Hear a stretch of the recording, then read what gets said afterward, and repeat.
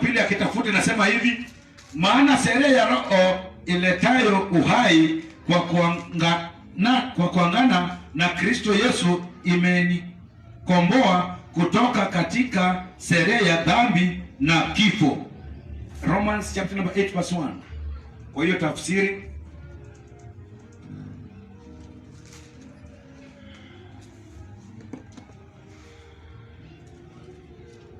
ni Warumi 8:1.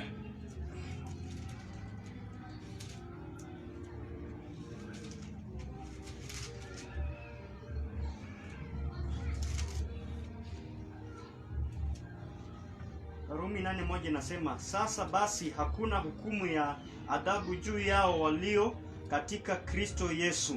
Amen. Haleluya. Mstari wa pili nasema, kwa sababu sheria ya Roho wa uzima ule ulio katika Kristo Yesu imeniacha huru mbali na sheria ya dhambi na mauti. Amen. Bwana Yesu asifiwe. Walio katika Kristo Yesu hawana hukumu tena juu yao, kwa sababu neema ya Bwana inatosha.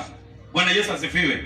So moyo yote ambao katika ndani ya Kristo Yesu, hata kama anapitia mambo mazito, anaweza akasimama na aseme, katika hali ambapo ninayapitia neema inatosha. Bwana Yesu asifiwe.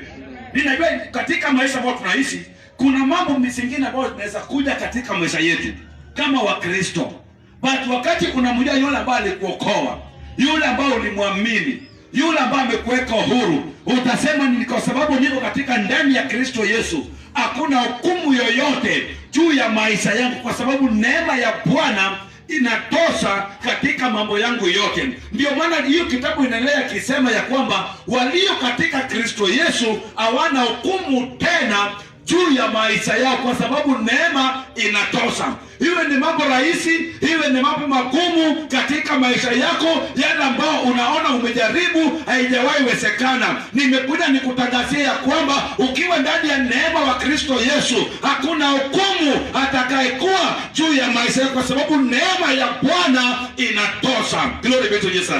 Wakati tunatembea katika neema inaweza kufanya wewe na imani ya kung'oa hata mlima itoke pande ile na ikapate kukuja upande wa huku kupitia tu neema ya Bwana. Bwana Yesu asifiwe. Yoyote ambako katika neema anaweza akasimama na atangaze ya kwamba kwa neema ya Mungu nimefaulu kwa njia fulani, kwa neema ya Mungu nimetoka utukufu moja hadi utukufu mwingine, kwa neema ya Mungu nilikuwa hapa na leo niko hapa. Kwa neema tu ndio inatufanya tunafika katika hiyo kiwango. Glory be to Jesus.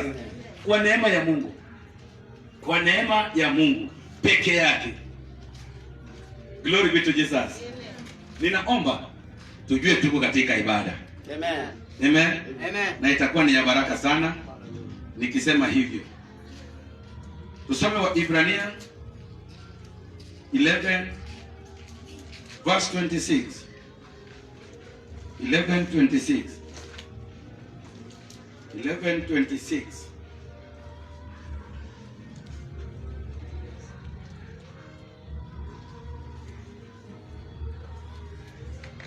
Inasema hivi. 11:26 inasema hivi. Alitambua kwamba kuteseka kwa ajili ya Kristo kuna faida kubwa kuliko utajiri wote wa nchi ya Misri, maana ilikuwa anatazamia tuzo la baadaye. Bwana Yesu asifiwe sana. Mtu akiwa ndani ya neema wa Yesu, kwa njia moja ama njia nyingine, anaweza akateseka. Bwana Yesu asifiwe. Kwa sababu ya hiyo neema ya Mungu, maisha inaweza kuwa magumu sana katika maisha yako, mpaka ukose tumaini na useme ya kwamba kwa nini ninateseka hivi? Kwa nini ninahangaika hivi? But kwa sababu ya neema iliko ndani yako, katika hiyo situation yote utasema Bwana ni muweza. Bwana Yesu asifiwe sana. Kwa sababu neema ya Bwana imekuweka huru, na hiyo neema inakuongoza. Bwana Yesu asifiwe. Kwa hivyo ndio maana Mungu alinipatia hilo ujumbe, nikapate kufundisha kanisa kuhusu neema ya Bwana na kasi ya neema iliyoko katika maisha yetu. Na tunapotembea katika neema, sio ya kwamba tumepishana na machangamoto yote. Bwana Yesu asifiwe. Hii kitabu inasema hivi, Hebrews chapter 11 verse 26, alitambua kwamba kuteseka kwa ajili ya Kristo kuna faida kubwa kuliko utajiri wote wa nchi ya Misri.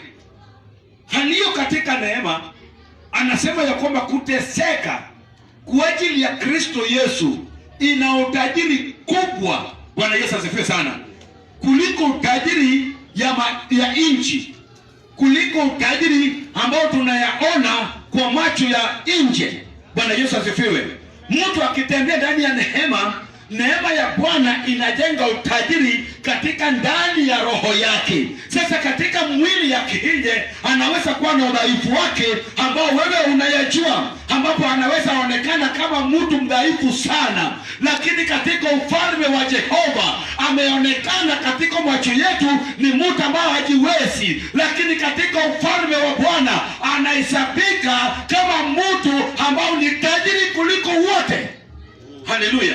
Kwa sababu nimetufundisha na nikasema mara nyingi, I don't have problem with the normal day. Hii kifo ya kawaida sina nayo tabu. Kile ambacho tunapigania sana, haleluya, tunapokufa, unapokuja kusherekea kwa matanga yangu, siku ambayo tunambeta atakaelia, nitakuwa na utajiri gani? Ndio maana Biblia ya Bwana inasema inatupasa tuteseke kwa ajili ya utajiri wa Bwana wetu Yesu Kristo, na tusikuwe na utajiri ya hapa duniani ambapo watu wakituona wanatuona kama matajiri, lakini utajiri ya mbinguni haiko kwetu. Haleluya.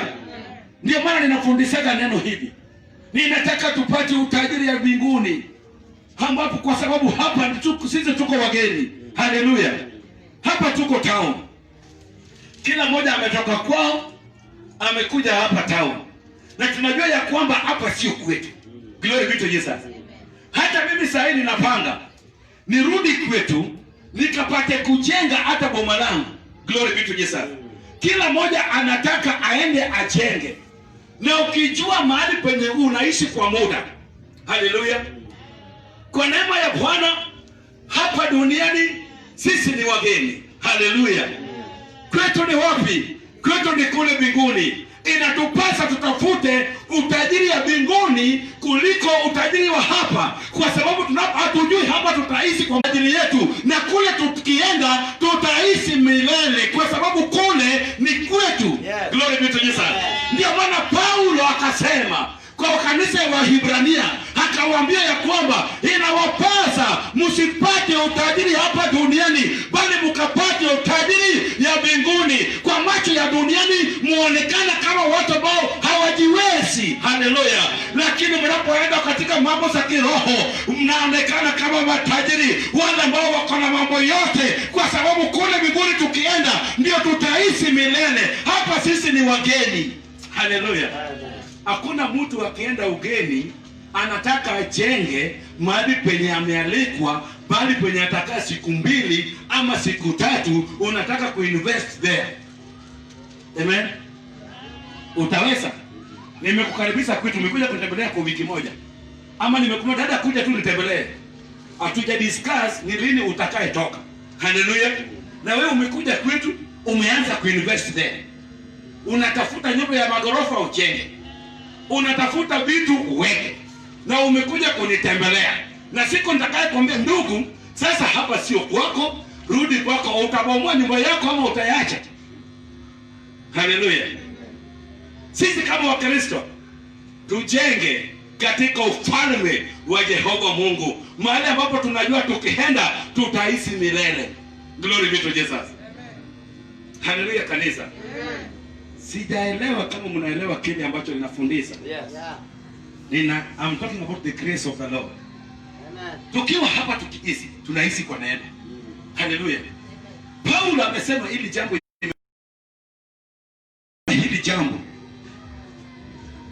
alitambua kwamba kuteseka kwa ajili ya Kristo kuna faida kubwa kuliko utajiri wote wa nchi ya Misri. Kuteseka kwa ajili ya Kristo, wache watu wanidharau, watu wasema hakuna kitu nitakayepata, unaweza, but katika kingdom of God wewe ni tajiri juu ya matajiri wote, kwa sababu kule ndiye kwetu. Glory be to Jesus. Hallelujah. Hata kama saa hii mambo ya COVID-19 imefanya hata watu hawezi wakasimama na kesi ya Mungu, wanasema nitalala njaa, wanasema nitakuwa na mina gani. Sawa tu, mimi sina tabu na hiyo, lakini ninaleta neno la Bwana ili ukaweke bladi zako kwenye hazina, ambapo ukienda mbinguni utakayepokea utakuwa na utajiri milele na milele kwa neema ya Bwana. Wacha tudharauliwe hapa, wacha tutusiwe hapa, wacha watu waseme hatuwezi, lakini katika ufalme wa Bwana tunahesabika kama wenye haki kwa neema ya Bwana. Glory be to Jesus. Neema inatosha katika hali yote wapendwa, neema inatosha. Hata kama tunahangaika na mambo ya dunia, neema inatosha. Wacha tusome katika kitabu cha Juda. Juda ni kitabu moja tu, na ninajua kuipata inaweza kuwa ngumu kwako. Juda ndio unatoka na unaingia katika kitabu cha Ufunuo. Iko hapo kitabu moja tu between barua ya wa pili wa Yohana. Hapo ndio kuna kitabu cha Juda. Ninajua unaweza kukosa. Kitabu cha Juda chapter number 1 verse 4.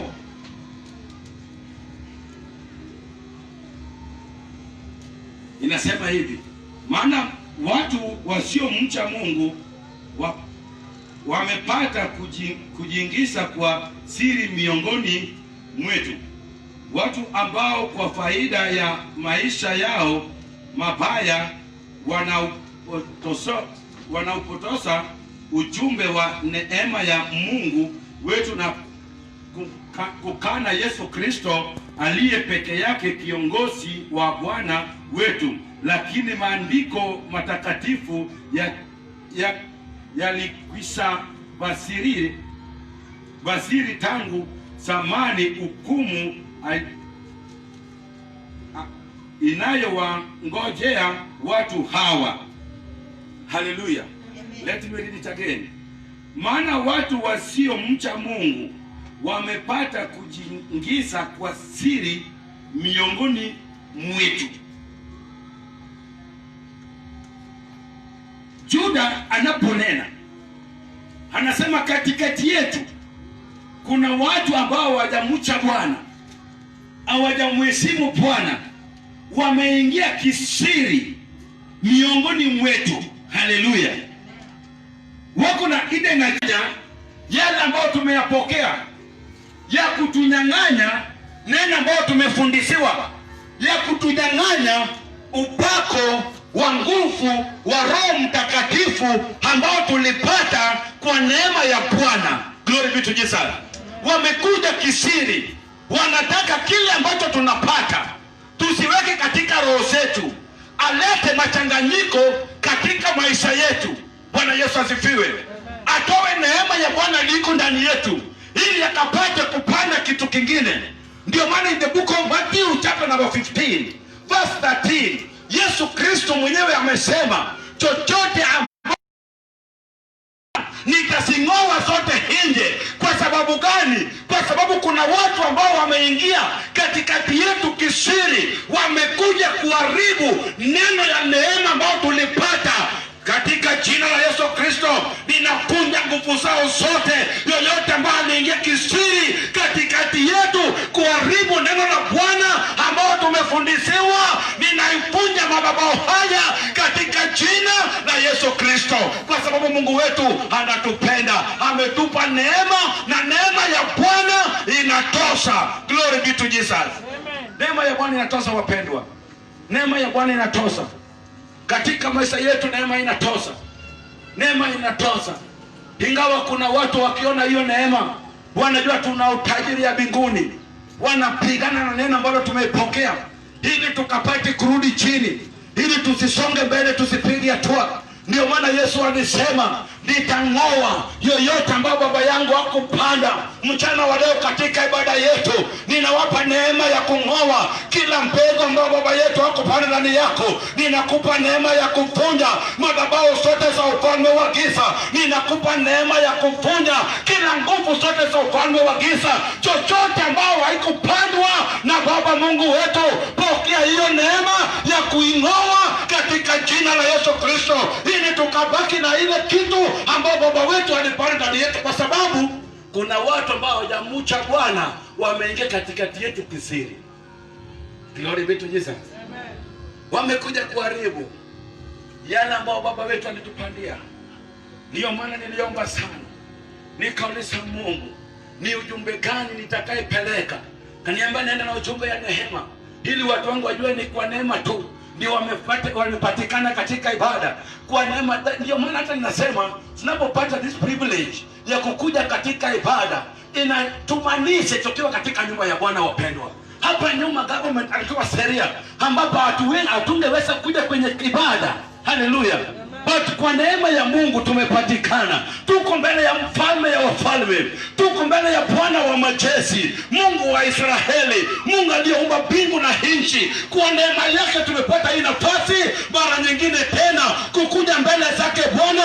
Wapendwa, tumanishe tukiwa katika mbele za Bwana, na tuchukue neno ambalo linafundishwa pale iwe kama msingi katika maisha yetu, kwa sababu kwa neema tu ndio tumepatikana hapa.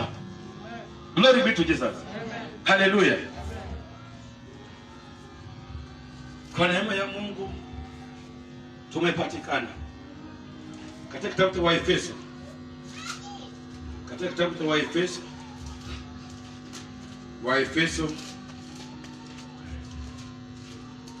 Waefeso, Waefeso, katika kitabu cha Waefeso, ninajua tutabarikiwa sana, tutabarikiwa sana wapendwa na neno la Bwana. Waefeso,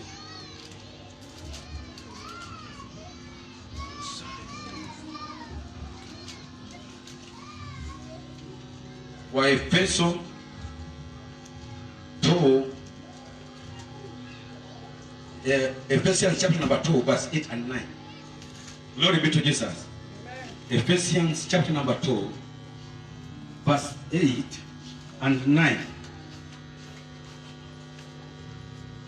Biblia ya Bwana inasema hivi: maana kwa neema ya Mungu nimekombolewa, si matokeo ya juhudi zenu, bali ni zawadi ya Mungu. Glory be to Jesus. Let me read it again. Ninataka ukapate kusikia. Maana kwa neema ya Mungu nimekombolewa, kwa njia ya neema ya Mungu nimekombolewa kwa njia ya imani. Jambo hili si matokeo ya juhudi zenu, bali ni zawadi ya Mungu. Kwa neema ya Mungu tumekombolewa wapendwa. Hiyo wokovu tumepata kwa neema. Haikuwa is our right, it's not our right to get born again.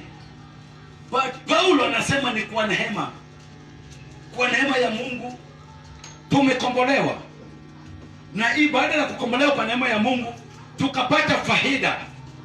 Na inasemekana ni kwa uwezo wa Jehova Mungu. Ndio maana tumepata hiyo neema ili tukakombolewe. Glory be to Jesus. Amen. Kwa neema ya Mungu wapendwa, tumepata kujuana. Vile nilisema nikianza, kwa neema hiyo imefanya mtu ameokoka kutoka Mombasa na mimi nimeokoka Kisumu, na tukikutana tunahesabika kama wandugu kupitia neema. Paulo anasema kwa neema ya Mungu nimekombolewa. Glory be to Jesus. Sio kwa uwezo wangu, sio kwa nguvu zangu, but ni kwa neema tu ya Jehova Mungu. Ndio maana yake nimepata wokovu. Glory be to Jesus. Ninajua ninanena na watu ambao wameokoka, watu ambao wanaelewa kile ambacho ninafundisha kwa kiroho. Amen. But mtu ambaye hajaokoka hatasema ya kwamba pastor hajafundisha neno. But I'm trying to teach the word. Neno la neema. Ni kwa neema tu tumepatikana. Kwa neema tu tumeokoka. Paulo alisimama akatangaza ya kwamba Kwa neema ya Mungu nimekombolewa. I wish in this church mtu atasimama na atasema, hata nami katika maisha yangu hiyo wokovu bado ninasikia, kwa neema ya Bwana nimepata wokovu. Glory be to Jesus. Kwa neema ya Mungu tumepatikana na tukajuana. Paulo amesema sio kwa uwezo wangu, sio kwa nguvu yangu, bali ni kwa neema nimepata kuokoka. Glory be to Jesus. Kwa neema tunaokolewa. Kwa neema tunapata maisha mapya. Kwa neema tunapata kupiga hatua. Kwa neema tunapata kusonga mbele. Kwa neema tunatoka utukufu moja hadi utukufu nyingine, kwa sababu neema ya Bwana inatosha ndani yetu. Glory be to Jesus. Kwa neema, wapendwa, kwa neema. Kwa neema ya Bwana, kwa neema ya Mungu, kwa neema ya Bwana tunatolewa katika utukufu moja hadi utukufu nyingine. Neema ya Bwana inatosha katika maisha yetu. I wish in this church kuna mtu anaweza kutazama maisha yake aseme, kama ingekuwa neema hata leo pengine ningekufa, hata kama ingekuwa neema leo singefika hapa, lakini kwa neema ya Jehova nimeona siku ya leo. Ninakupa Bwana sifa na utukufu kwa sababu neema yake inatosha katika maisha yangu. Glory be to Jesus. Ninaongea kuhusu neema, wapendwa. Paulo amesema sio kawaida, sio kwa nguvu yangu. Mtu akiamka asubuhi anaweza akasema nimeamka kwa nguvu yangu. Mtu akienda hata choo, hii choo ambayo tunaona is normal thing, lazima mtu aende. Hata inakupasa kumshukuru Mungu kwa sababu kwa neema kuna watu wengine hawawezi kuenda kujisaidia, lakini wewe kwa neema unaweza amka asubuhi na uende upate kureduce the life. Hallelujah. Hallelujah. Kila kitu ambacho kinatendeka kwetu inatendeka kwa neema. Paulo amesema kwa neema ya Mungu nimekombolewa. Kwa neema ya Mungu nimeona siku ya leo. Kwa neema ya Mungu nimepata marafiki. Kwa neema ya Mungu nimemuona Bwana. Glory be to Jesus. I wish in this church today kuna mtu atakayesema kwa neema ya Bwana ndio nimemuona baraka zangu. Kiwango bado nimefika, sio kwa nguvu yangu, bali ni kwa neema ya Jehova Mungu. Paulo anasema kwa neema. Kwa neema ya Bwana, kwa neema ya Mungu nimekombolewa. Oh, glory to Jesus. Bwana Yesu asifiwe. Amen. Maana kwa neema ya Mungu nimekombolewa kwa njia ya imani. Jambo hili sio matokeo ya juhudi zenu, bali ni zawadi ya Mungu. Kuna watu wakiona hata wamebarikiwa kidogo, wanajua wamebarikiwa kwa uwezo wao. Kuna watu wakiinuliwa kidogo, wanaona wameinuliwa kwa uwezo wao. Wanaona wanatembea kwa uwezo wao. Hata kama ni watu ambao wameokoka, hata kama ni watu ambao hawajaokoka, neema imetuunganisha sisi wote. Sasa itailingana na vile unachukua neema ya Bwana na vile utakayeenda katika hiyo neema. Glory be to Jesus. Amen. Ninaosema kwa sababu ya neema. Leo watu wangapi wampata COVID-19? Jitazama maisha yako. Wewe uwezo wako sio kwa nguvu yako, bali ni kwa neema ya Baba wetu aliye juu mbinguni. Ndiyo sababu mtu atasema ya kwamba mbasa kwa neema ya Bwana nilikosa kitu fulani, lakini nimeona kwa uwezo wa Bwana na neema yake, hata kama nimekosa bado nimesimama kwa neema ya Bwana, kwa sababu neema inatosha. Glory be to Jesus. Neema ya Bwana inatosha, wapendwa. Neema ya Bwana inatosha. Neema ya Bwana ina uwezo. Neema ya Bwana kuna mamlaka. Kwa neema ya Bwana tunaweza tukajiona, kwa sababu neema hiyo inatosha.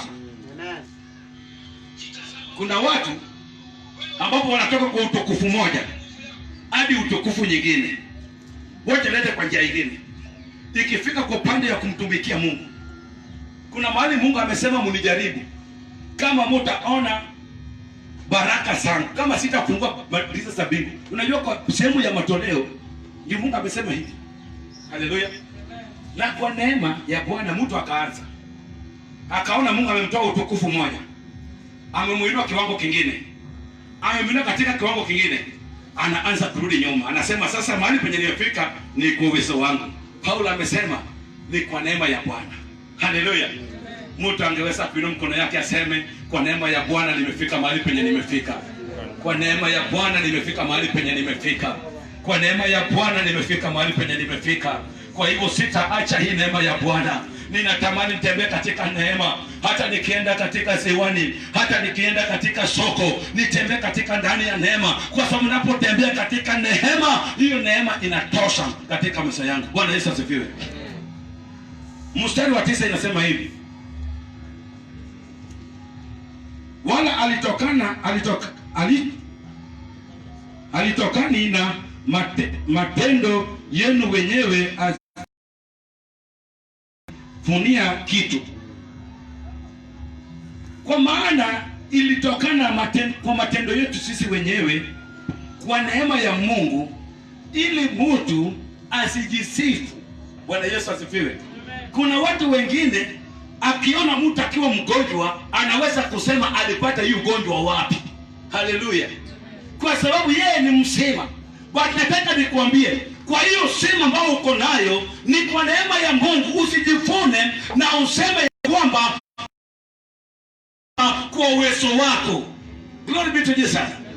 Kila kitu ambayo inatendeka kwako inatendeka kwa neema ya Bwana. Ndio maana Paulo akasema katika kitabu cha Wathesalonika 5:18 inasema tumshukuru Mungu katika hali yote, kwa sababu Bwana anataka tukamshukuru jina lake. Yes.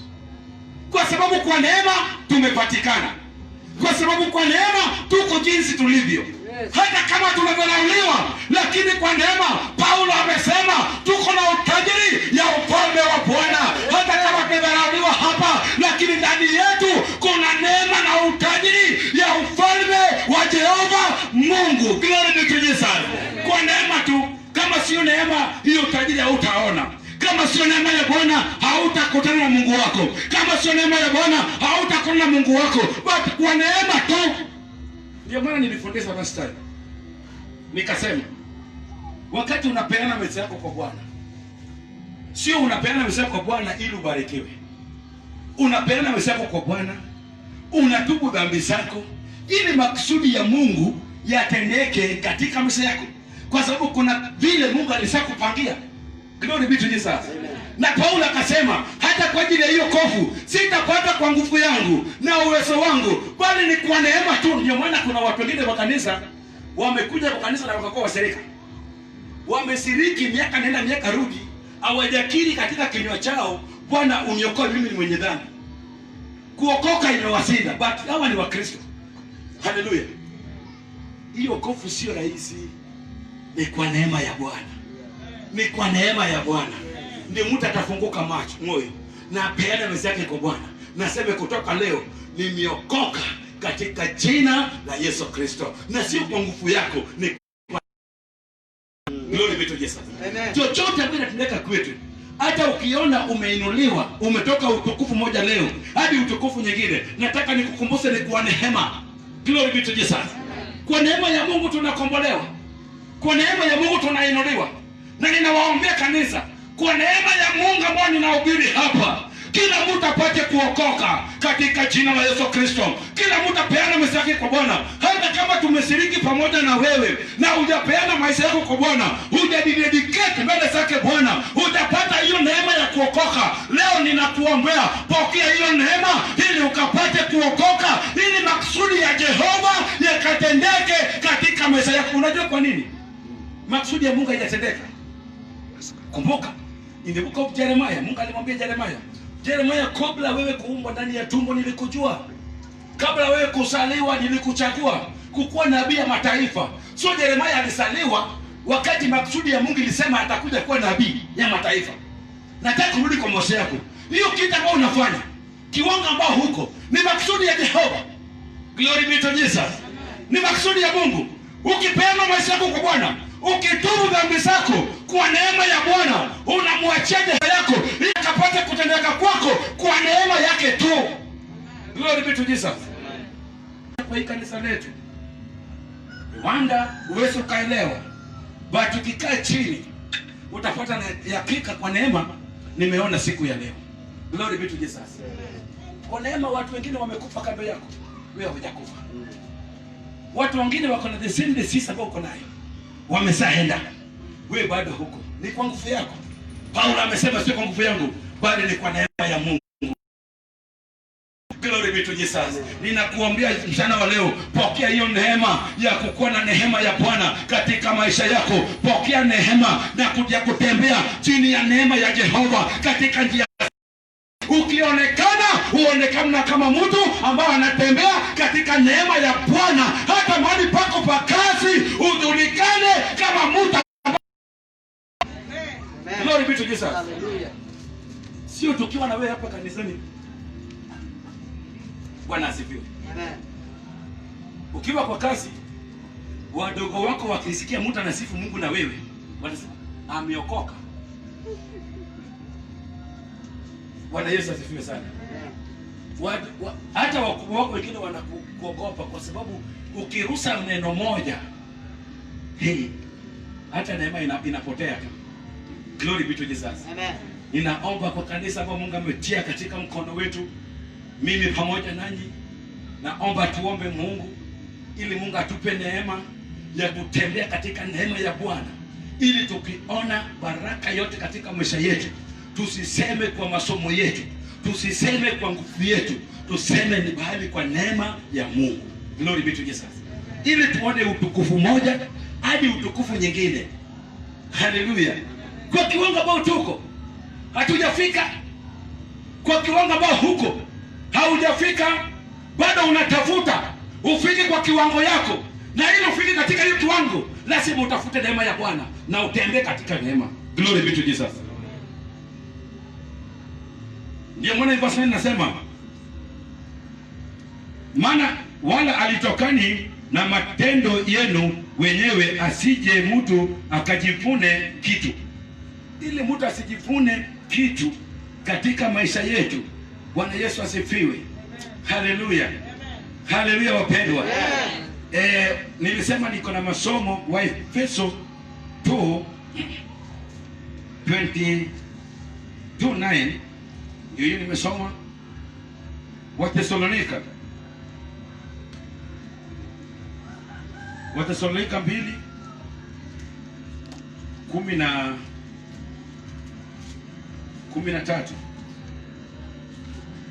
Katika kitabu cha Wathesalonika 2:13.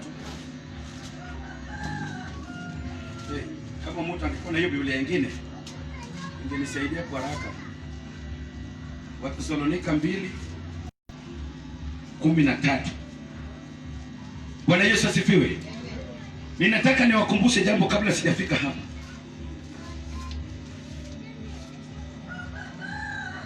Wokovu tunapata kwa neema, vile nimesema. Neema hii kila mmoja ako na neema yake tofauti. Bwana Yesu asifiwe. Neema yangu sio ya Elder Deacon. Neema yangu sio ya dada Delia. Neema ya dada Delia sio ya dada Chini. Neema ya Susan sio ya mama Mildred. Neema ya Oscar sio ya mchungaji Amos. Neema zetu siko tofauti. Bwana asifiwe sana.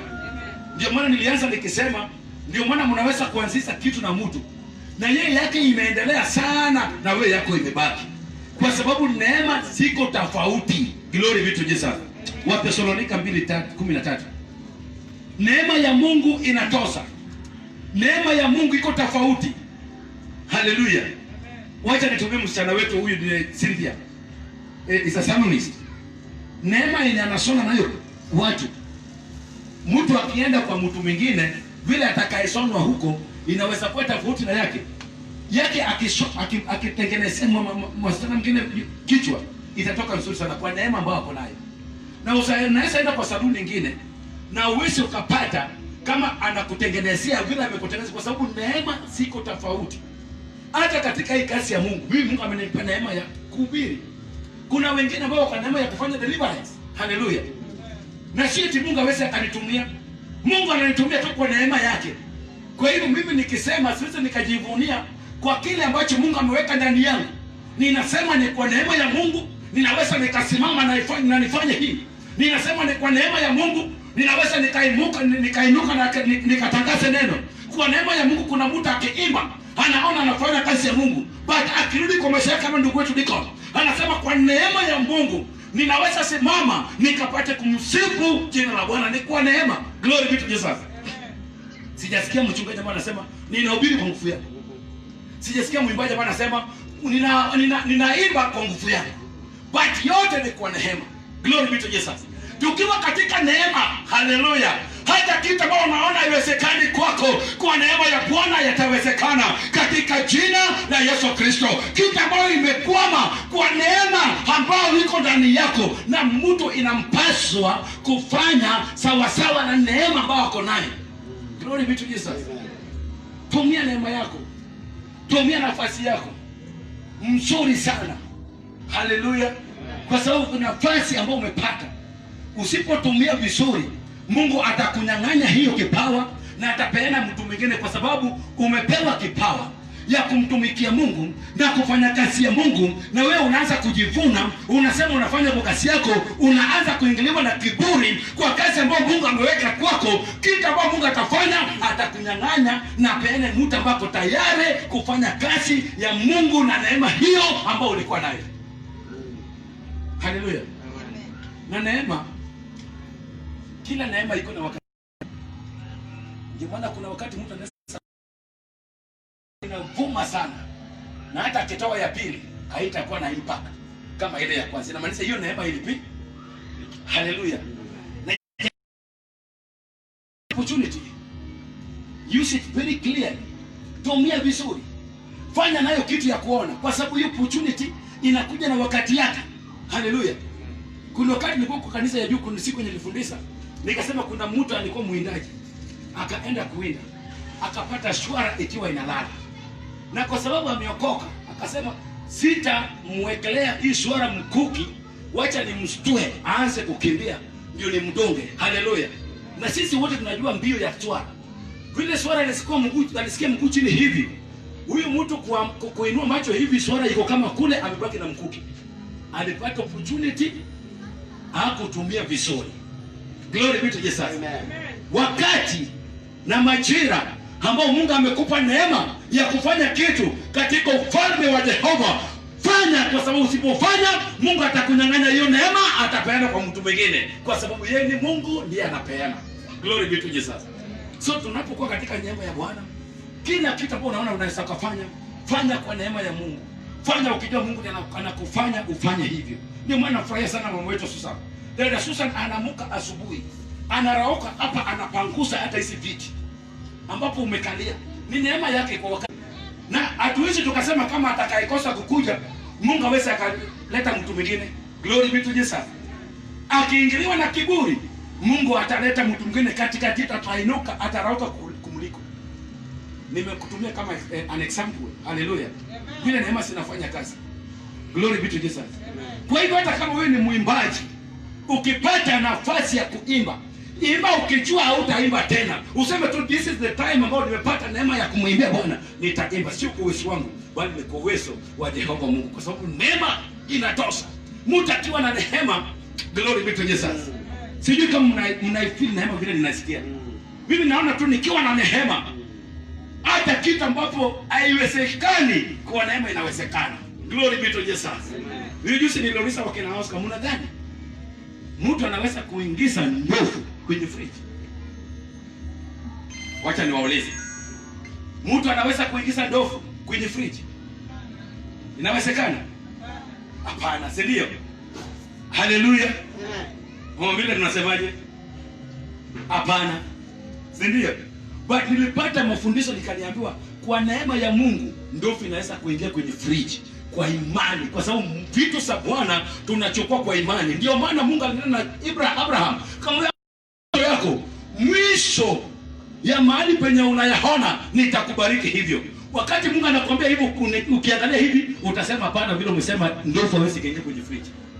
But kwa neema na uwezo wa Mungu utakuta umefanya, na utasema kwa neema ya Bwana nimefika kiwango ambao nimefika. Kwa neema tu inawezekana. Mimi ninasema kwa neema ya Mungu ndovu inaweza kuingia kwenye fridge.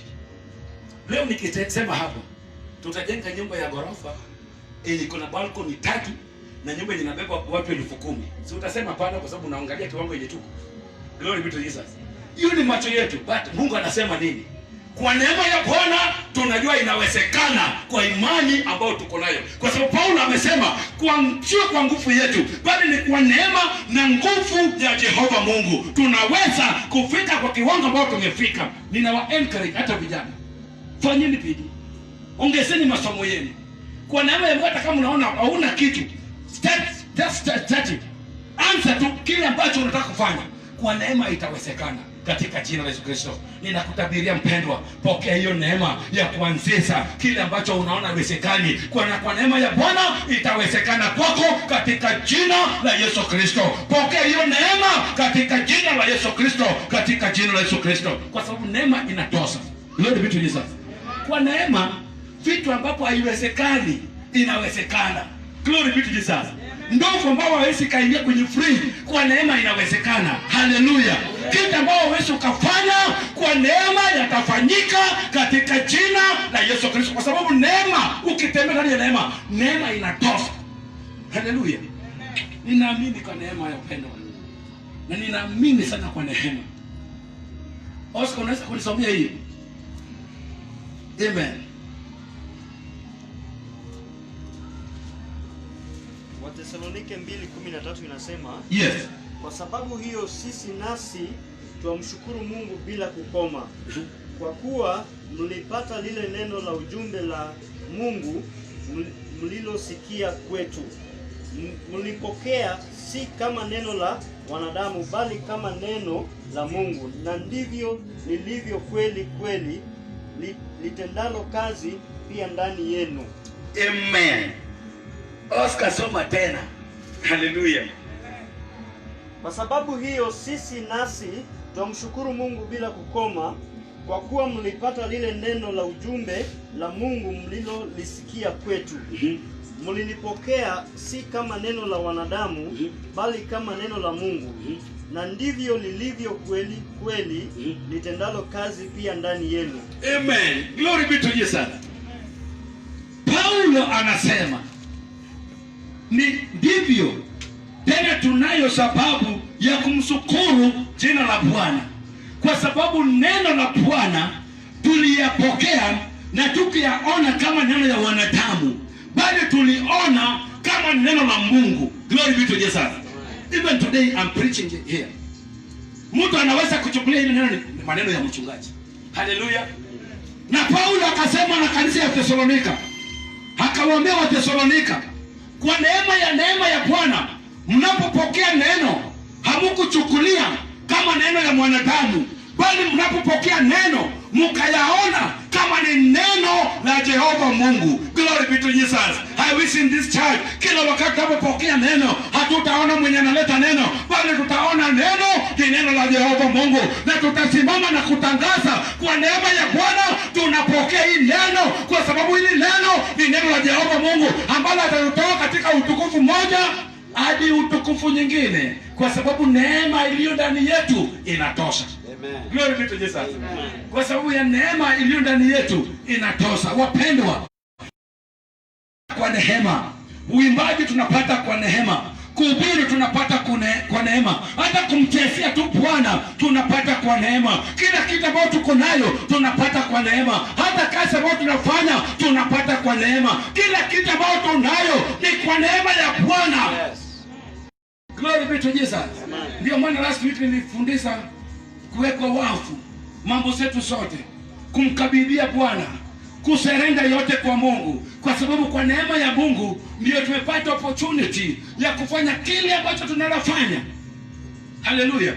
Hatufanyi kwa uwezo wetu.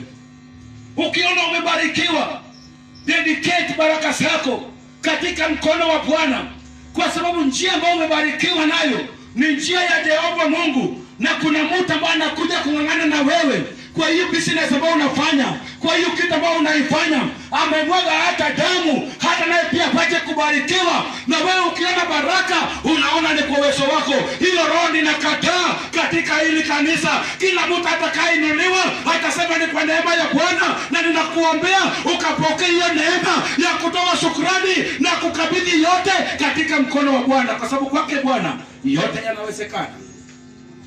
Glory be to Jesus. Kwa Mungu wetu yote yanawezekana. kwa neema ya Mungu. Bwana Yesu asifiwe wapendwa. Kwa neema ya Mungu yote yanawezekana. Tulipokea neema, neno sio kama neno ya mwanadamu, bali tuliona ni neno ya Jehova Mungu. Johana, in the book of John chapter number 1 verse 16. Wakati natafuta mtu ambao ako na neema, mtu ambao ako na neema akianzisha hata kitu kidogo, glory be to Jesus. Akianzisha hata biashara kidogo. Wacha nitumie dada wetu Josephine. Hakuna biashara ya kutukatia mboga, ni jirani yangu. Haleluya. Tunaweza enda kwa hiyo, lakini kwa neema ya Mungu liko ndani yake. Akianza kitu kidogo akiwa ndani ya neema, hiyo kitu inainuka. Hiyo kitu inainuka. Na ninakutabiria dada yangu, hiyo biashara yako kidogo itakuja kuwa duka kubwa katika eneo ya Manyata, katika jina la Yesu Kristo. Kwa sababu tumepata mtu yote aliyoko na neema, akianza hata kitu kidogo, kwa sababu ya neema iliyoko ndani yake, hiyo kitu itaendelea. Glory be to Jesus. Ukiwa na neema, anza tu, usiogope. Hata kama ni biashara ya shilingi 1000, anza tu, usiogope. Hata kama ni ya 500, anza tu, usiogope. Hata kama ni kurudi shule, una pesa, anza tu, kwa na hiyo mind, nataka kuenda. Glory be to Jesus. Na kwa neema ya Bwana utaovercome. Glory be to Jesus. Utaweza. Utawezeshwa. Glory be to Jesus. Kwa sababu neema iliko ndani yako iko juu zaidi. Bwana Yesu asifiwe. Neema inatosha wapendwa. Usifadhaike, usinungunike. Usiseme sasa mimi pesa yenye niko nayo, nikianza hii biashara itakuaje? Usiogope. Songa mbele. Kama tungekuwa ile wakati ningekwambia salamu, mtu mwambie usirudi nyuma, songa mbele. Lakini angalia jirani yako. Mwambie usirudi nyuma, songa mbele. Usiogope. Mungu yuko pamoja na wewe. Usiogope. Neema inatosha. Tumpige Bwana Yesu makofi. Haleluya. Neema inatosha. Usiogope hiyo business. Nataka kanisa ambao watu wamebarikiwa. Nataka kila mtu abarikiwe. Haleluya. Mtu ainuliwe kutoka utukufu moja hadi utukufu nyingine. So kwa hivyo ninawahimiza wapendwa, anything ambao unafikiria kuanza, anzisha tu. Neema inatosha. Unapochukua hili neno, hautaona kama ni ya pastor, utaona neno la Bwana, utaweka ndani ya roho yako. Mungu, Biblia Paulo alisema utakuwa na utajiri ya mbinguni. Kwa macho ya wanadamu tutakuona kama mtu ambaye anateseka, lakini ndani yako kuna utajiri. Haleluya. Na si hata pande nyingine. Si hata Mungu alisema kuna mpango mwema juu ya maisha yetu. Hata tukikaa hapa inafaa tubarikiwe, kwa sababu mpango ya Mungu na makusudi yake haijatendeka kwetu. Leo ninaacha neema ya makusudi ya Jehova ikapata kutendeka katika maisha ya kila mmoja katika jina la Yesu Kristo. Haijalishi ni business gani utakayeanza, ninaacha neema ya makusudi ya Bwana katika maisha yako yakatendeke. Na wakati makusudi ya Bwana imeanza kutendeka katika maisha yako, mambo yataanza kubadilika. Glory be to Jesus. Kwa sababu makusudi ya Bwana imeanza kazi. Bwana Yesu asifiwe. Maksudi ya Jehova imeanza kazi ndani yako kwa neema ya Mungu. Haleluya. In the book of John chapter number 1. Katika kitabu cha Johana chapter number 1. Oscar, kuna kazi mbili na tunashukuru Mungu tu.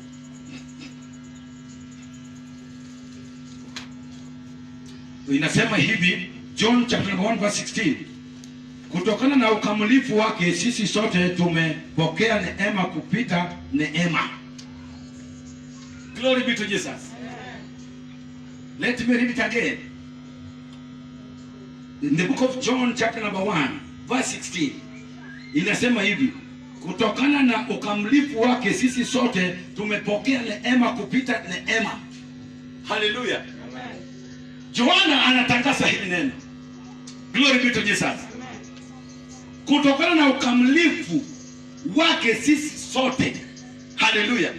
Ukamilifu wetu sisi yote tumepata neema zaidi ya neema.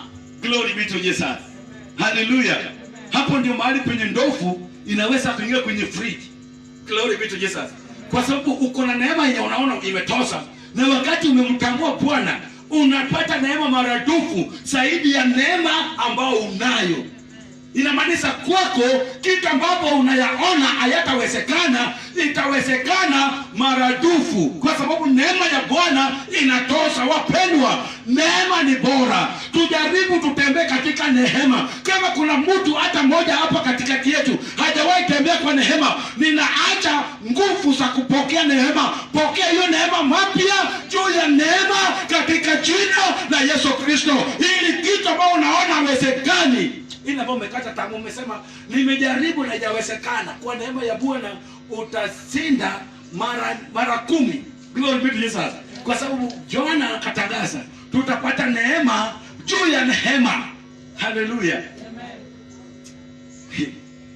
Wacha nita kwa njia nyingine, utapata baraka juu ya baraka ambayo uko nayo. Glory be to Jesus. Bwana Yesu asifiwe. Utabarikiwa kuliko kiwango ambao unaona huko. Na wacha niwatabirie, this church kila mtu atabarikiwa katika jina la Yesu Kristo. Last month napokuwa kwa prayer and fasting, Mungu akanionyesha kanisa ambao tutakaye kwa nayo, na Mungu akanionyesha washirika ambao tuko nayo, kiwango ambao Mungu atawainua. Haleluya. Na ninawatabiria, mnapopata ili neema, mtapata neema juu ya neema, yani baraka juu ya baraka zenu, mpaka watu watasangaa, watasema hii kanisa ilikuja hapo Bunga juzi, mbona wako na mega church? Glory be to Jesus.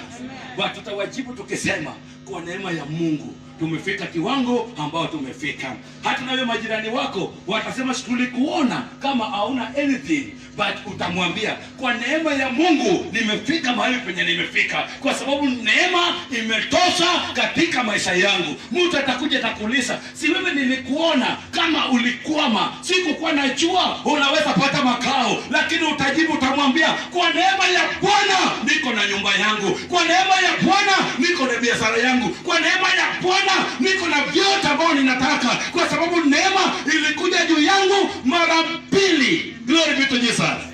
Neema ni bora. Tupokee neema wapendwa.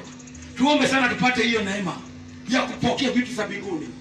Kwa neema tu tunasema tunaweza. Kwa neema ya Mungu tu tunasema tunaweza. First, 2 Peter chapter 1 verse 2. Nilisema niko na somo fupi, but ninajua ni kwa neema ya Mungu tutabarikiwa. 2 Peter 1 verse 2.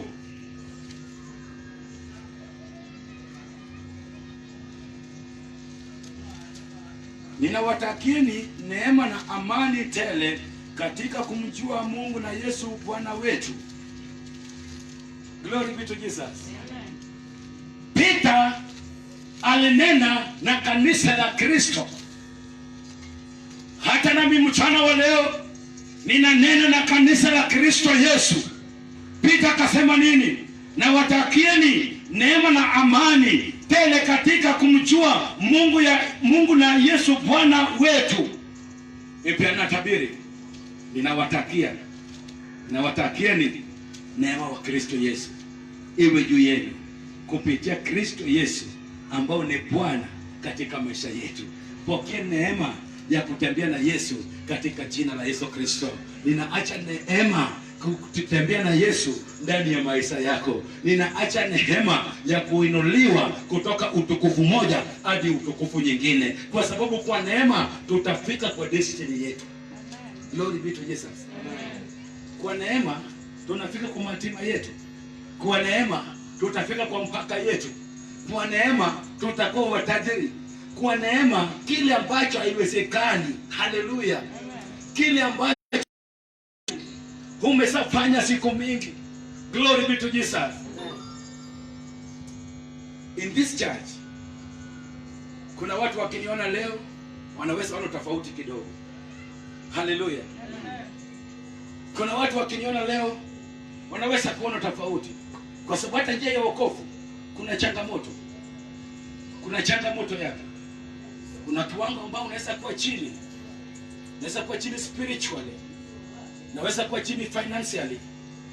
Mpaka unajaribu haiwezekani. Pengine kwa hii kanisa leo kuna mtu anapitia katika hiyo utayapokea katika jina la Yesu Kristo, kwa sababu in the book of Matthew chapter number 6:34 inasema, kwa sababu kesho itashughulikia mwenyewe. Hallelujah. In the book of Psalms chapter number 9 verse 9 and 10 inasema kuna mtu anaweza kutoka na aende katika nchi mbali, aseme naenda kukaa hapa ili nikapate kazi biashara na nipate pesa. Lakini Daudi anauliza, nani ajuaye kesho? Mungu asema kwa neema ya Bwana nitabarikiwa. In this church ninasema usiende na mawazo yenu. Ukikosa leo sema ni kwa neema ya Bwana nitapata, kwa sababu Mungu anajua kesho yangu. Kuna mwimbaji alisema, my tomorrow will be better than today. Hallelujah. Mimi pia nakutabiria, hata kama situation yako sio vyema, your tomorrow will be better than today, kwa sababu Mungu asa kesho. Haijalishi uko katika situation gani, but kwa neema ya Bwana kesho yako itakuwa bora kuliko leo, kwa neema ya Bwana. Glory be to Jesus. Amen. Wow. Neema inatosha wapendwa. Neema inatosha. Hiyo Waefeso sitaki kusoma, unaweza kuandika Waefeso chapter number 4, 9 to 12. Utasoma kwa nafasi yako.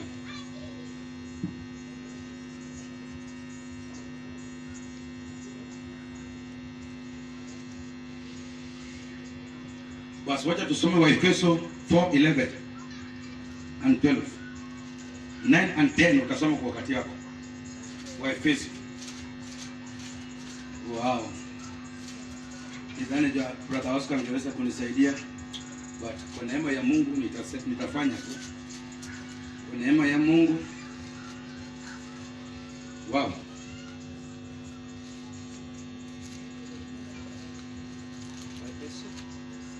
Waefeso. Ebu soma 9 verse 9 peke yake kwanza. 9:1. Ebu soma 9 up to 12. Soma tu yote. Waefeso 4 9 to 12. Waefeso yuko karibu na Wafilipi. Huko nyuma yuko karibu na Wagalatia. Waefeso 4 9 hadi 12. Basi neno hilo alipaa, maana yake ni kama sivyo kusema kwamba yeye naye alishuka, kuwa manabii na wengine kuwa wainjilisti na wengine kuwa wachungaji na walimu. Mstari wa 12 nasema, kwa kusudi la kukamilisha watakatifu, hata kazi ya huduma itendeke, hata mwili wa Kristo ujengwe. Amen. Hallelujah. Amen. Glory be to Jesus. Amen. Paulo hapa in verse 9 inasema hivi, kuna wale ambao waliinuliwa juu. Amen. Biblia Bwana inasema walirudishwa chini. Hallelujah. Amen. Kuna watu ambao wako katika kiwango cha juu katika maisha yako. Kuna wale ukiwatazama na macho ya nje unawaona katika kiwango cha juu, sema yule amenipita, yule ameniacha, yule ameniacha. But Paulo akasema walio juu hawa wataregeshwa chini. Glory be to Jesus. Na wakati mtu aliye juu amerudishwa chini, nini inatendeka? Walio chini wanainuliwa juu. Ninakutabiria kama uko chini kwa njia moja ama nyingine, hiyo neema ikakuje juu ya maisha yako, uanze kuinuliwa katika jina la Yesu Kristo.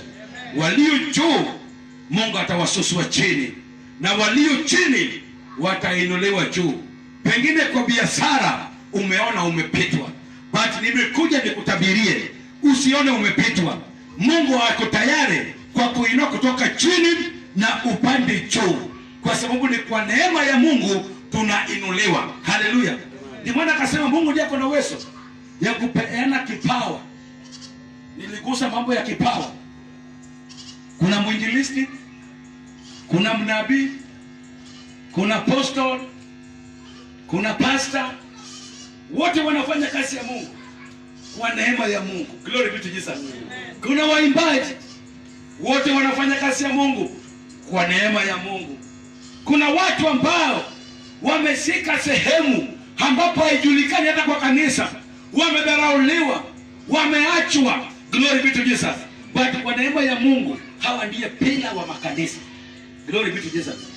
Ndio maana last week napohubiri kwenye our evening service nikasema kuna makanisa wako na kategori aina tatu.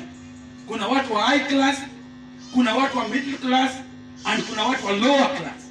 Watu wa higher class wanaweza kuitwa wakati kuna mambo ya dharura. Hallelujah. Na wanaweza kusanya even $500,000 within 20 minutes. Hallelujah. Hawa ni watu wa high class. Na kuna watu wa middle class, hawa hawaeleweki. Ni kama katika hali ya kivuguvugu. Wanaonekana kama watu ambao wanaweza, kwa njia nyingine hawawezi. Hallelujah. Hawa wanapitwa. Hakuna watu wa lower class. Glory be to Jesus. Hawa watu hawashughuliki nayo. Hata akikosa kukuja kanisani, hatapigiwa simu na mchungaji. But yule mtu wa akikosa kanisa, pastor anatoka kwa madhabahu akikaa kwa ofisi, ndugu sijakuona kwa kanisa. But in this church, ninatangaza everybody is somebody. Hatuna kiwango ya chini, hatuna kiwango ya katikati, hakuna kiwango ya juu, kwa sababu Biblia imesema waliokuwa juu Jehova atawasosua chini, na wale walio chini watainuliwa juu katika jina la Yesu. Hapa ninatangaza sisi wote tuko chini, tunangoja Baba wetu atuinue kwa neema yake peke yake, kwa sababu tukiinuliwa na neema ya Bwana tutakuwa juu, na tutakuwa juu kabisa, kwa sababu neema inatosha. Tutaonekana equal. That is why I'm announced every Sunday in this church of Maximum Miracle Center Kisumu, everybody is somebody. Glory be to Jesus. Amen. Hatuna ubaguzi hiyo. Na hata hapa Kisumu kuna makanisa wamegawanya hivyo. Kuna high class, middle class and lower class. But sisi tunatangaza power katika jina la Yesu Kristo. Glory be to Jesus. Mungu ndiye anapeana kipawa kwa uwezo wake na nguvu zake, kwa sababu yeye ni Mungu. Glory be to Jesus. Soma nami kwa Korintho, alafu tuombe Mungu. Hilo neno nitaendelea nayo kwa ibada yetu ya jioni. Kama uko kwenye mtandao, utajiunga pamoja nasi saa 10 hadi saa 11. Kwa neema ya Mungu nitamaliza sehemu ya hiyo jumbe ambayo imebaki. Ninaongea kuhusu neema. Wapendwa, wale ambao wanatazama kwenye mtandao, neema ya Bwana inatosha. Hata kama leo umenyanyaswa, umewekwa chini, nimekuja kama mtumishi wa Mungu nikutabiria kwamba neema ya Bwana inatosha juu ya maisha yako. Haijalishi unapitia mambo aina gani, but inatangaza ya kwamba neema ya Bwana inatosha katika maisha yako. Glory be to Jesus. Oscar, umefika hapo? Uko hapo? Wa Korintho 15. Wa kwanza. Korintho 1 Corinthians 15 verse 9 and 10. Korintho wa kwanza 15:9 inasema, maana mimi ni mdogo katika mitume, stahili kuitwa mitume, kwa sababu nilihudumu kanisa la Mungu. Nilihudumu kanisa la Mungu. Amen. Sikilia hapo kidogo. Paulo hakukuwa mojawapo wa watumwa. Haleluya. Paulo mtumishi wa Mungu alidhulumu sana kanisa la Kristo Yesu kwa njia yake. Haleluya. Kasimama akasema, sistahili kwa sababu mimi ni mdogo ili nikaitwe mtumwe. Glory be to Jesus. Kwa sababu gani? Kwa sababu nilidhulumu sana kanisa la Kristo Yesu, nilisumbua Wakristo wakiwa na mkutano, ninawaenda na ninawaua hata watu wakihubiri injili ya Yesu. Sasa napopokea neno, Yesu anapokunena pamoja nami, mimi ndio wa mwisho kupokea neno la Bwana. Glory be to Jesus. Kwa hivyo hata mtu mmoja asithubutu kuniita mtumwe. Kwa sababu gani? Katikati ya watume wote wa Yesu Kristo, mimi ndio wa mwisho kupokea neno. Glory be to Jesus. Hallelujah. Amen. Mimi ndio wa mwisho kupokea neno. Akajirudusa chini sana, akarudi chini sana kwa sababu ya neno. Akasema ya kwamba kumbe kitu ambacho nilikuwa ninasumbua ilikuwa ni kitu muhimu. Sasa napoingia katika neno, glory be to Jesus, sistahili kuitwa mtumwe. Bwana Yesu asifiwe. Kwa sababu neema ya Bwana inatosha wapendwa. Kwa sababu neema ya Bwana inatosha. Paulo akasema, nilidhulumu kanisa, sikupenda kanisa, but wakati nilikuwa na Jehova nikaona mwangaza, nikaona neema, nikaona utukufu kubwa. Kwa hivyo ninawaomba nisiitwe kama mojawapo wa watumwe. Mstari wa 10 nasema nini? Alafu tuombe Bwana. Mstari hiyo wa 10. Mstari hiyo wa 10 tu. Mstari wa 10 nasema, yes, lakini kwa neema ya Mungu, haleluya, ilikuwa hivi nilivyo, na neema yake iliyo kwangu ilikuwa si bure. Yes, bali nilizidi sana kufanya kazi kupita wao wote, wala si mimi, bali ni neema ya Mungu pamoja nami. Haleluya, glory be to Jesus. Kwa neema ya Mungu mimi ni mdogo, lakini kwa neema ya Jehova nimefanya kazi ya Mungu kupita kiasi. Glory be to Jesus. In this church, sisi ni kanisa dogo sana, lakini kwa neema ya Bwana Mungu atatuwezesha, tutafanya zaidi ya hata wale ambao walitutangulia. Paulo amesema, kwa udogo wangu hiyo nimefanya kazi kuliko waliotanitangulia. Kwa hivyo sio kwa nguvu yangu, sio kwa mamlaka yangu, sio kwa uwezo wangu, sio kwa mafikirio zangu, bali ni kwa neema ya Mungu iliyoko ndani yangu. Yesu, glory be to Jesus. Amen.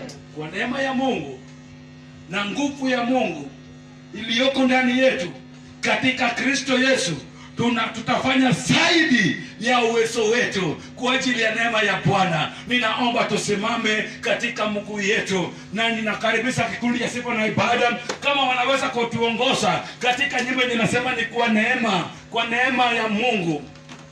Haleluya. Na itakuwa ni ya baraka sana.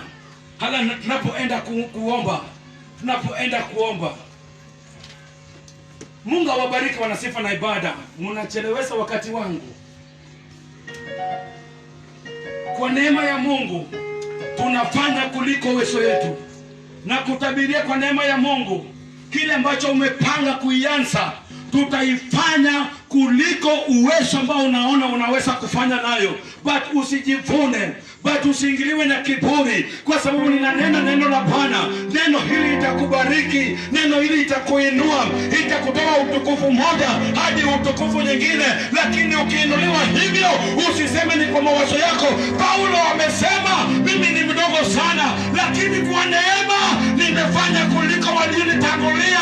Kwa hivyo sio kwa nguvu yangu, sio kwa mafikirio zangu, sio kwa mawezo wangu, bali ni kwa neema na nguvu ya Bwana iliyoko ndani yangu.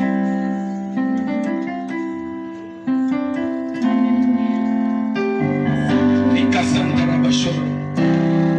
Nikababa.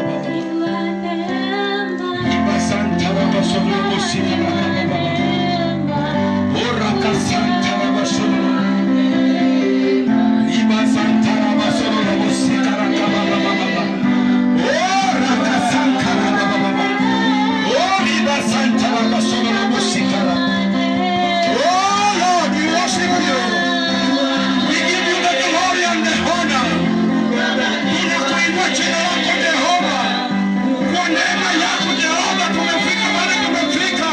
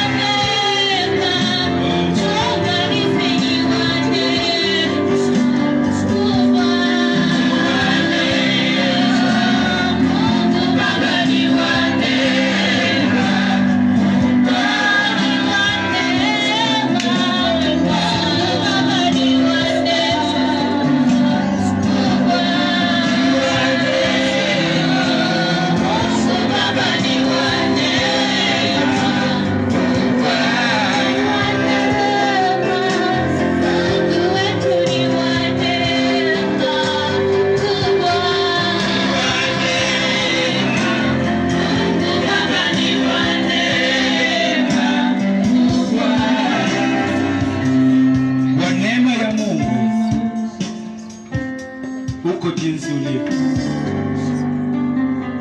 Paulo amesema nilikuwa wa mwisho, but kwa neema ya Mungu nimepita hata wale walionitangulia. Pengine wewe ni wa mwisho kwa biashara yako, wewe ni wa mwisho katika nyumba yenu, na wewe ndio umebeba destiny ya hiyo boma. Wewe ni wa mwisho kwa masomo, wewe ni wa mwisho kwa kila jambo in your life, ukakata tamaa. Paulo amesema yeye alikuwa wa mwisho, akadhulumu kanisa, lakini kwa neema ya Mungu anapopata neno la neema akamtia nguvu, akafanya kuliko waliomtangulia. Ninakutabiria kwa hiyo neema ambayo nimesimama juu yake, utakuwa bora kuliko waliokutangulia.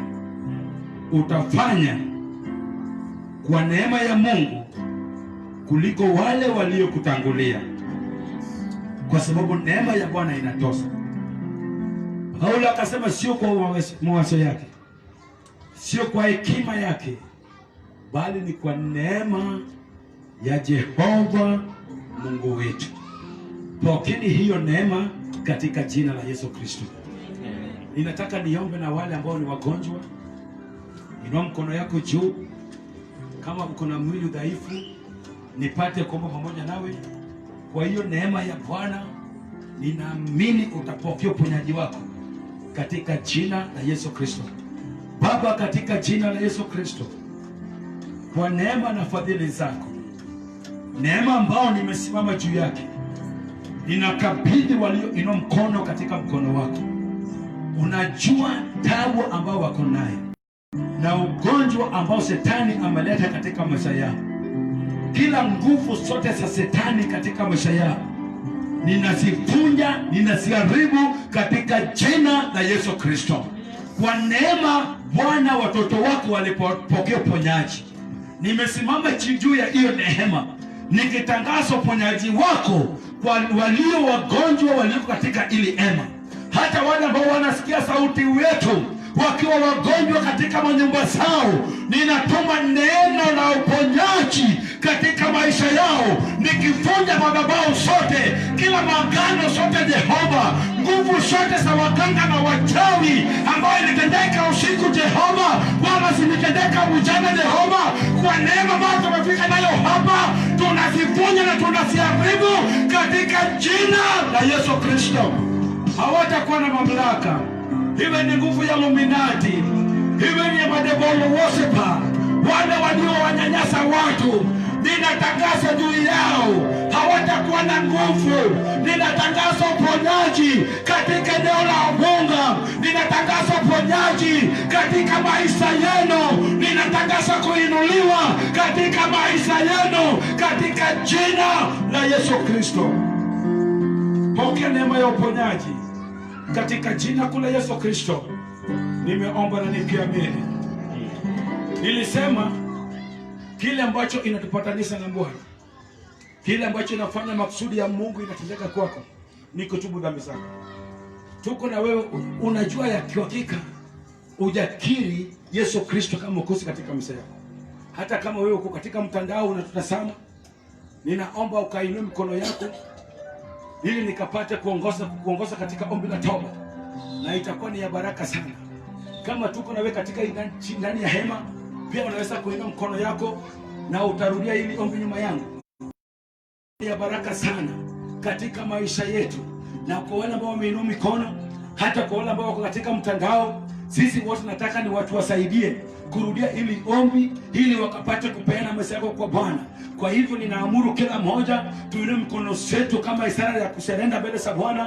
Mnaporudia ili ombi nyuma yangu, tuseme: Bwana Yesu, tumekuja kwako, sisi ni wenye dhambi, tunakuomba Yesu ukatusamee makosa, futa majina zetu katika kitabu cha mauti, andika majina zetu katika kitabu cha uzima.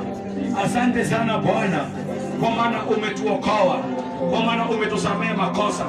Kutoka leo Jehova, tutatembea chini ya neema yako. Kutoka leo Jehova, tutakutumikia Bwana. Kutoka leo Jehova, tutafanya kazi yako, kwa sababu kwa neema yako tumeokoka. Ni katika jina la Yesu Kristo nimeomba na nikiamini. Wacha niombe pamoja nawe katika jina la Yesu Kristo, hata kama katika mtandaoni. Baba, katika jina la Yesu Kristo, Mungu, ninakushukuru kwa wale ambao wameokoka. Mungu, unawajua popote walipo. Kwa neema yako Jehova umewaokoa. Pokea sifa na utukufu, kwa sababu wewe ni Mungu. Asante sana kwa kibali na neema ambao umetupa siku ya leo ya kufanya ibada yako mahali hapa. Walio wagonjwa wakapate kupokea uponyaji wao. Waliofanya biashara, Jehova, ninaibariki biashara zao katika jina la Yesu Kristo. Asante sana Bwana, kwa maana wewe ni Mungu wa baraka, wewe ni Mungu wa upendo, wewe ni Mungu wa kuinuliwa. Pokea sifa na utukufu katika jina la Yesu Kristo. Ninafunja madhabahu zote, ninaharibu kila nguvu zote, ninaharibu kila ngome zote, chochote ambayo imekuja kinyume cha neno lako Jehova, kila anga zote Jehova ya ufalme wa giza, Jehova, kila anga zote Jehova ya madevil worshiper, kila anga zote Jehova ya waganga na wachawi, kila anga zote Jehova ya ulevi Jehova, ninasifunja dadi, ninasiharibu Jehova, ninatangaza uhuru juu ya watoto wako. Ninataka nipenda direction ya church, kama utakaipenda kujiunga pamoja nasi ili Center Kisumu Oponga branch. Mimi ambao nasimama hapa kwa majina yangu naitwa Pastor Maurice Jura. Mimi ndiye mchungaji wa hili kanisa. Ninakukaribisha ukapate kujiunga pamoja nasi. Ukajiunge pamoja nasi kwa neema ya Mungu, kwa sababu kwa neema tumepatikana hapa. Kwa hivyo kama ungependa kujiunga pamoja nasi na kwa njia moja ama njia nyingine unaweza ukapotea, tuko na namba ya kanisa, na hii namba hata kume umebarikiwa kusimama na kazi ya Mungu, unaweza ukatuma sadaka yako, fungo la kumeta. Unapotazama hii kanisa letu bado ni tent, na tuko na mradi ya kumjengea Mungu madhabahu. Tunakuomba popote ulipo, kama unatupata kwenye mtandao, unaweza tumia ili namba kusimama na kazi ya Bwana, na itakuwa ni ya barabara nyingi. Nilikuwa nikitangaza jina langu, namba yangu, but hii ni namba ya church, though imekuwa registered my name. Ukituma utapata ni jina langu Pastor Maurice, but ni ya church. Hallelujah, nitakuwa ni ya baraka. So namba ni 0718 398 467. Hii namba ya Safaricom 0718 398 467. Namba ya Airtel 0750 830 917. 0750 830 917. Mungu akubariki, Mungu akutie nguvu. Ninakukaribisha sidi kujiunga pamoja nasi kwenye mtandao. Niliona hata kutoka Tanzania mtu ananipigia simu, hata anataka sana tufungue mradi huko, na nilimwambia kwa neema ya Bwana tukiwasiliana vizuri tutakayefika. Watu wanapokea hili neno kupita mtandao. Even in Burundi watu wamepiga simu kutoka Mombasa, Eldoret, Kitale, hata nchi za nje, si ya Kenya. Kwa hivyo hatutawacha kufanya ibada kwenye mtandao. Tunawakaribisha yote.